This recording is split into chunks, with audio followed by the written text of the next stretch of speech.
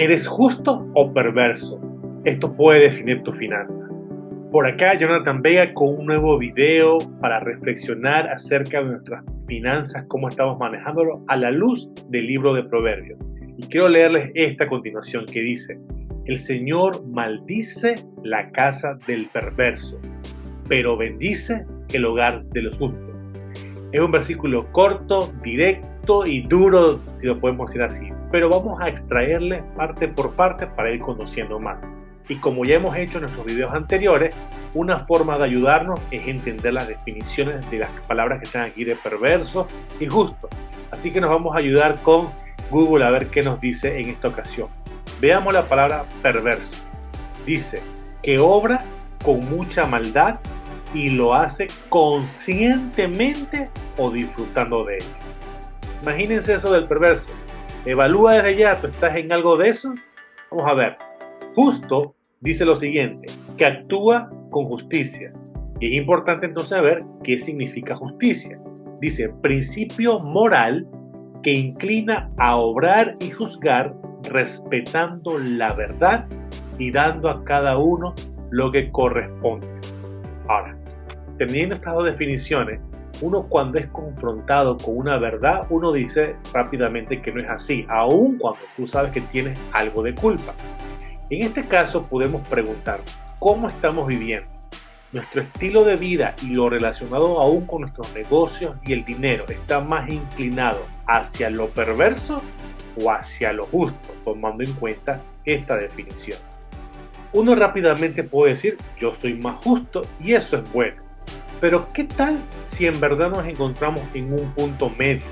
Porque dice que la justicia es lo que busca la verdad y que se le dé a las personas lo que corresponde. Y muchas veces cuando pensamos en eso, pensamos en castigo. Él se merece eso, hay que darle lo que le corresponde. Pero llevémoslo al otro extremo, al que merece lo bueno, al que merece que se le trate bien, al que merece que se le pague bien, que se lleve lo que su dinero está pagando. Entonces, cuando tú haces tus negocios, ¿cómo están siendo? ¿Estás buscando que la otra persona se lleve lo que le corresponde? ¿Pagó por esto? ¿Se está llevando esto y quizás hasta un poquito más? ¿O estás pensando, hey, mejor le sustraigo un poco para que tú te veas beneficiado? Muchas veces la cultura en la cual vivimos es, en Panamá decimos el juega vivo. ¿Cómo me beneficio yo más a partir de los otros? Si eso está siendo así, posiblemente estás inclinando más la balanza hacia lo perverso que hacia lo justo. Algunos podrían decirme, en la cultura, en la sociedad, podemos ver que la gente que hace trampa, que está en corrupción, como los millonarios, los políticos, hacen todas estas cosas malvadas, todas estas cosas perversas, y se ve que les está yendo mejor. Y desde un punto de vista puede ser que ahorita aparenta que les está yendo bastante bien, pero tarde que temprano el futuro de ellos se les convierte en pesadillas. Lo hemos visto a lo largo de la vida y muchas veces esas pesadillas no se hacen públicas. Y en algunos casos, ya sea que llegue la justicia terrenal o la divina, les pasa la factura y se cumple que en la casa de los perversos van a recibir la maldición de Dios. Es mejor ser justo y permitir que Dios bendiga nuestro hogar. Y cuando hablamos de que Dios bendiga nuestro hogar por ser justo, por dar a las personas lo que merecen en medio de nuestros negocios, en medio de nuestros trabajos, no solamente estamos hablando de esa bendición de riqueza, de dinero. Hay muchas cosas más, pero solo para mencionar una, no hay nada como la paz.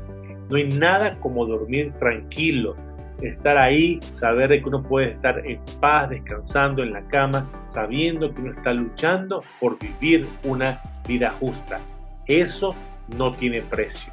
Por lo general, estas personas que hacen trampa, algo están pensando cómo hacen para que su trampa no sea revelada, cómo hacen para que la corrupción no sea revelada y sencillamente duermen gracias quizás a medicamentos y otras cosas más. Pero nada como en verdad tener una paz orgánica, natural que Dios nos da y eso no tiene precio. Decide vivir una vida de justicia, no como la cultura nos está llegando y permite que Dios bendiga tu hogar. Bendiciones.